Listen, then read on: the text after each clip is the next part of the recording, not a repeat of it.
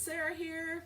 Welcome back. Today I'm here wrapping up July, minus the last week with the readathon. And July really consisted of a lot of romance novels. So this might actually be a pretty short wrap up because they were all finishing series up and they were all like, okay. And they were all from the library, and so I have no actual books to show you. The first three books were the last three books in the Survivors Club series. We have Only a Promise, Only a Kiss, and Only Beloved, and they are by Mary Baylog. The Survivors Club series follows this group of men and women who were all injured in some way by the wars and have formed a club, and now they're all finding their mates. So a lot of them have different disabilities and things that they need to get over. These are more serious romances, and I really enjoy the way that she writes. So Only a Promise, Ralph's story, and his biggest problem is that he survived and all of his best friends and his entire unit did not.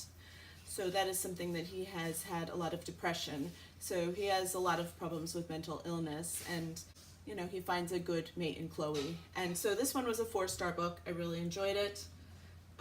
Only a Kiss is our lady's story. Imogen, who saw her husband tortured in front of her.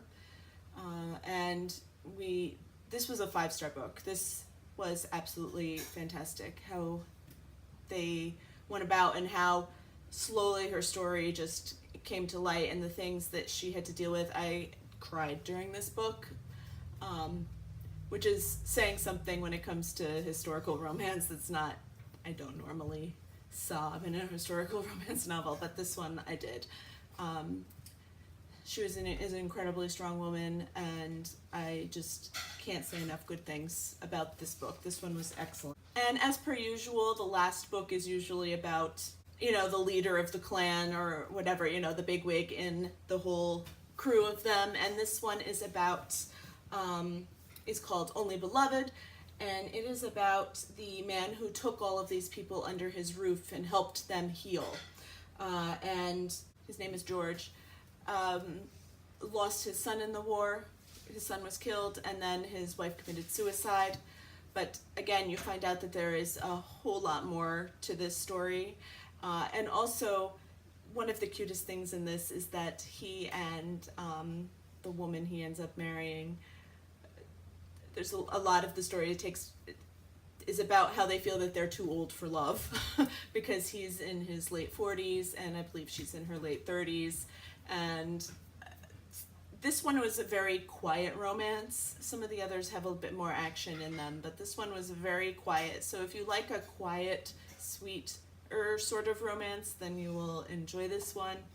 And it wrapped everything up very nicely, I think. So this was a good series. Then I finished up the Lucky Harbor series by Jill Shalvis. She writes just such fun books. I enjoy. This is, she writes contemporary romance.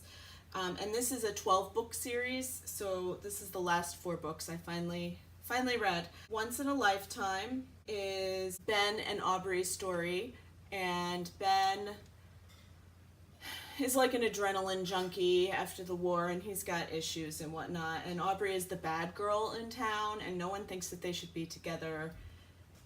You know, it was okay. I thought that I would like this one more because Aubrey owns a bookstore and is a reader, and so I was, you know, thinking that I was going to feel her character a lot more than I did, but she was very different from me, and so it was a little bit weird to read.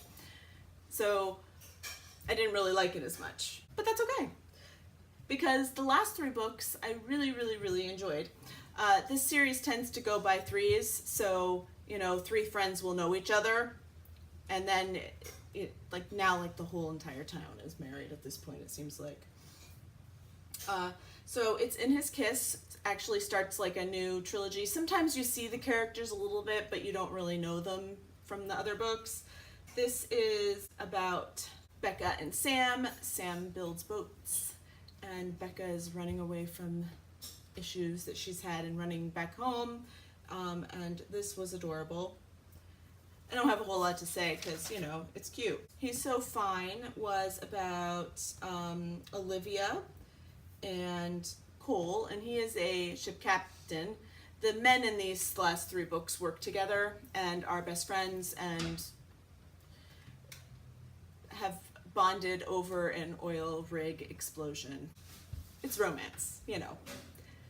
And then the last one was One in a Million, and this was Callie and Tanner and their story. And one thing that they all have in common, and part of the reason why this series is so much fun, is because they have the little old lady who could be played by Betty White, who is like basically matchmakes everyone, and she is in everyone's business, and she has a Twitter page, and she takes pictures of the guys with their shirts off and posts them as hottest babe in town, and she is just a hoot and a holler, and it's so much fun.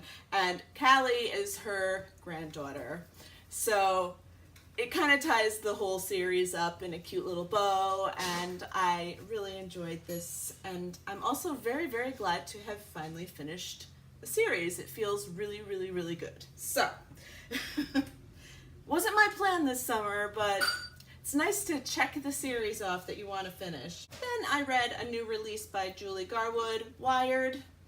This is part of a series that I actually haven't read the entire series of. I don't think that you necessarily have to. But this one sounded like a lot of fun because a lady, Allison, is a computer hacker, and she gets hired to try to actually hack into the FBI databases by the FBI to find a leak. And I kind of like books like this. And then, you know, our FBI person who's kind of in charge of this whole thing is, you know, is trying to keep her safe because now all these people are after her. What I found annoying about this book is that it was more romance than suspense, and I wanted more suspense than romance because I was kind of like straight romanced out from all those other books that were a lot of straight romance. And I didn't find it very original. So this was a 3-star book.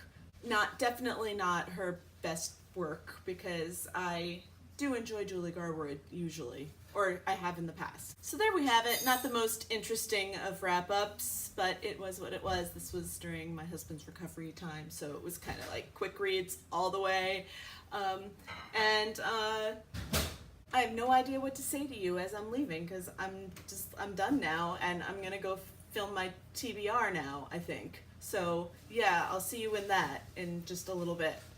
Bye.